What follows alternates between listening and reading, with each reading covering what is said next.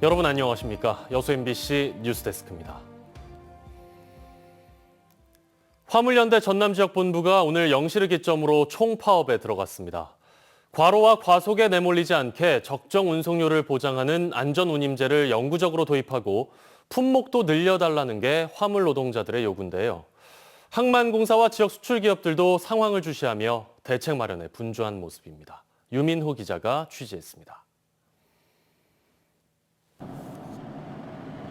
화물차가 도로 위에 줄지어 서 있습니다. 좀채 끝이 보이지 않는 행렬입니다. 전국적인 총파업에 맞춰 화물연대 전남지역본부 소속 노동자 2,500여 명도 광양항 국제터미널 앞에서 출정식을 열었습니다. 8일 동안 이어졌던 지난 6월 총파업 뒤 5개월 만에 다시 차량을 멈춰 세운 겁니다.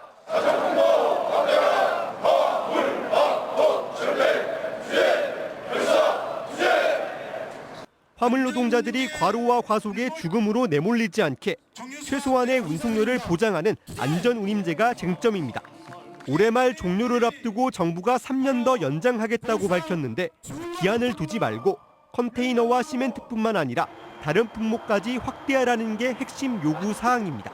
우리 화물 노동자가 삶과 질을 떨어뜨리는 법안을 우리 화물연대는 끝까지 막아서야 될 것 같습니다. 광양과 여수에서 생산한 철강, 석유화학 제품의 수출입 관문인 광양항도 비상이 걸렸습니다. 화물차가 바삐 드나들던 광양항 게이트입니다. 총파업 시작으로 모든 출차가 멈췄습니다. 당장 화물 처리에는 문제가 없다지만 파업이 길어질 것을 대비해 여수해양수산청과 경찰, 항만공사 등 관계기관 합동으로 24시간 비상근무에 돌입했습니다. 그리고 광양항 인근에 3개소에 지금 저희가 한 36,000 TEU 정도 수용할 수 있는 임시 장치장을 확보를 해놓은 상태입니다. 국토교통부 트레일러를 2대를 지금 비상수송 지원 차량으로 포스코 광양제철소와 여수산단 석유화학 기업들도 생산 물량을 앞당겨 출고하고 긴급 운송 대책을 마련하면서 상황을 주시하고 있습니다. MBC 뉴스 유민호입니다. 전라선 수서행 KTX 운행을 촉구하는 목소리가 커지고 있습니다. 진보당 전남도당은 오늘 전남도의회에서 기자회견을 열고 전라선 수서행 KTX 운행 추진에 김영록 전남지사가 적극 나설 것을 촉구했습니다. 진보당은 환승 불편 해소와 운행 확대, 요금 인하 등 모두가 원하는 전라선 KTX 수서행 운행으로 고충을 해결할 수 있는 대안이 있음에도 전라남도와 지역 정치권이 수수방관하고 있다고 지적했습니다. 순천시가 내년 정부 예산에 반영되지 않은 지역 현안 사업 예산 확보에 나섰습니다. 노관규 순천시장은 오늘 박정 민주당 예결위 간사와 이철규 국민의힘 예결위 간사, 소병철, 조수진 의원 등을 국회에서 만나 국립민속박물관 지방분관 건립 465억 원과 순천 정원도시 조성 400억 원 등 내년 정부 예산에서 빠진 9개 사업 예산 1,458억 6천만 원을 국회에서 증액해달라고 건의했습니다. 순천시는 특히 열악한 지방재정의 한계를 극복하고 민선 8기 시정 목표 달성을 위해서는 국비 확보가 절실하다며 다음 달 2일 정부 예산이 확정될 때까지 국회 동향 등을 사전에 파악해 적극 대응하기로 했습니다. 최근 고흥만 간척지의 전국 김제와 경북 상주에 이어 국내 3번째 스마트팜 혁신밸리가 들어섰습니다. 미래 농업의 이정표가 될 스마트팜 혁신밸리는 앞으로 청년 농업인들의 고흥 정착을 돕는 첨단 농산업 융복합 클러스터가 될 전망입니다. 최우식 기자입니다. 간척지에 조성된 최초의 스마트팜 거점인 고흥 스마트팜 혁신밸리. 전체 면적 33.4헥타르, 청년보육 실습온실과 임대형 스마트팜 등 첨단 시설을 갖췄습니다. 2019년 3월 입지 선정 이후 1,190억 원이 투입됐습니다. 딸기와 토마토, 멜론, 레드향 등 4가지 작목의 재배 기술 교육을 20개월간 수료하면 이 가운데 선발된 실습생들에게 3년간 임대온실에서 창업을 준비할 수 있는 기회가 주어집니다.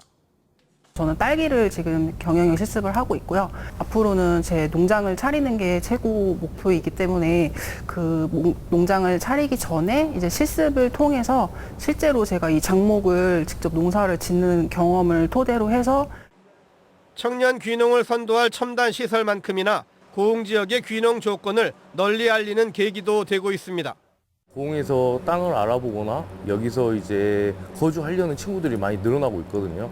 왜냐하면 다른 외지랑 비교했을 때 땅값도 저렴하고 그리고 여기 분들이 많이 친절하게 외지인 분들을 맞이해주는 분위기가 있어서 처음에 이제 시설을 지을 이제 자금이 부족하니까 그리고 뭐 이런 거 경험해 볼 곳이 거의 없잖아요. 웬만한 농장에 직접 가서 일을 하지 않는 이상은. 그리고 실습이 끝나면은 임대 온실도 임대 받을 수 있으니까 이제 바로 이제 수익 창출도 가능하고 해서.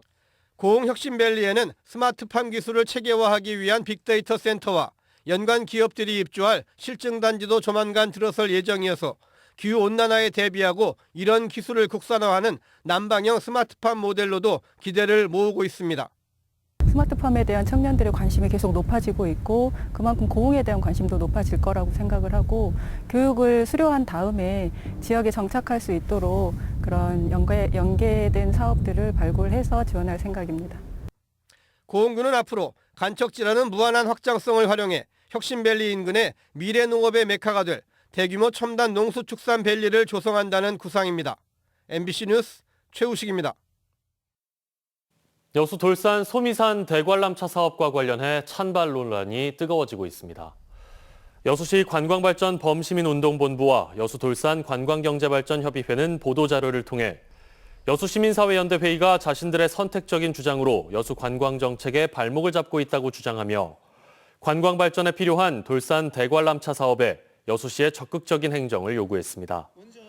여수시민사회단체 연대회의는 이와 관련해 지난달 기자회견을 갖고 불법 개발 이력이 있는 업체가 소미산의 경관을 사유화해서는 안 된다며 시 행정이 주식회사 공감의 여수 돌산 소미산 대관람차 사업 신청을 불허해야 한다고 주장했습니다.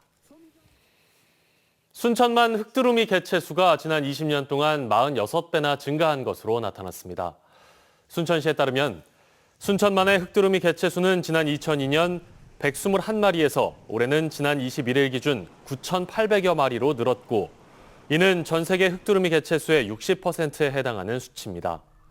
이에 대해 순천시는 2009년부터 순천만 인근에서 전봇대 282개를 뽑고 습지 복원과 친환경 농법 도입 등 꾸준히 철새 서식 환경을 개선했기 때문이라며 앞으로는 환경부와 문화재청 등 정부의 지원이 필요하다고 밝혔습니다. 장흥의 한 면사무소와 농협 직원들이 일과 시간에 술판을 벌인 사실이 드러나 물의를 빚고 있습니다. 이런 가운데 성폭행 의혹까지 일면서 경찰이 수사에 착수했습니다. 양정은 기자입니다. 장흥군의 한 식당입니다. 지난 22일 정오쯤 면사무소와 농협 직원 등 14명이 함께 식사를 했습니다. 엿새 동안의 쌀 수매가 모두 끝났다며 모인 자리였는데 술도 마신 것으로 확인됐습니다. 26일 동안 고생했고 그래서 이제 격려 차원에서 이제 마실 분들은 마셔라 이제 그렇죠. 간단한 수준에서 이제 마셨죠.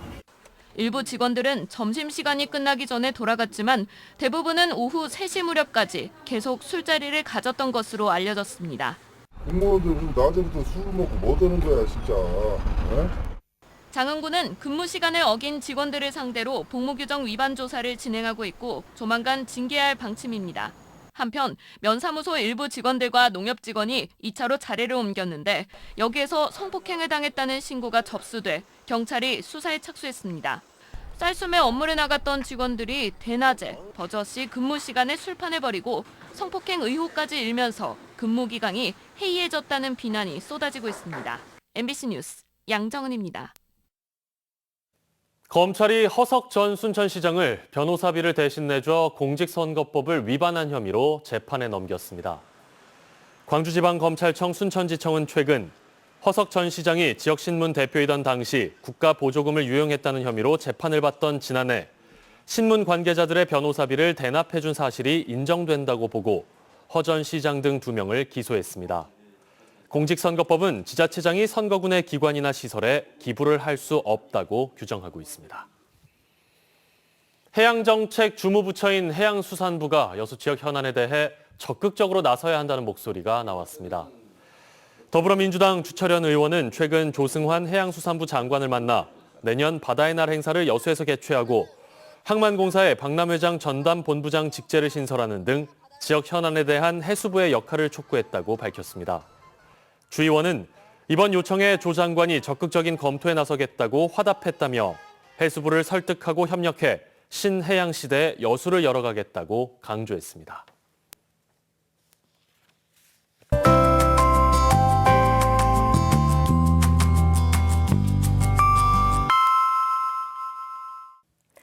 날씨와 생활정보 정리해드리는 생활포커스입니다.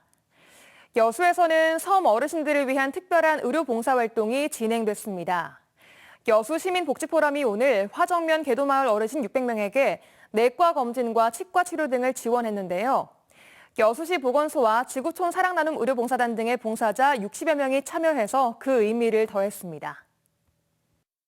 전남 지역 우수 농특산물 특별판매전이 수도권에서 열리고 있습니다.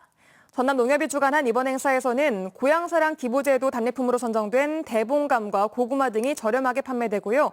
행사는 이번 주말인 27일까지 이어집니다. 광양시가 토지에 방치되거나 불법으로 소각되고 있는 영농 폐기물을 다음 달 16일까지 수거합니다.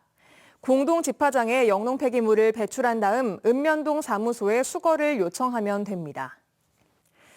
오전 동안에 많던 구름도 오후 들어서는 점차 걷히면서 맑은 하늘을 보였습니다.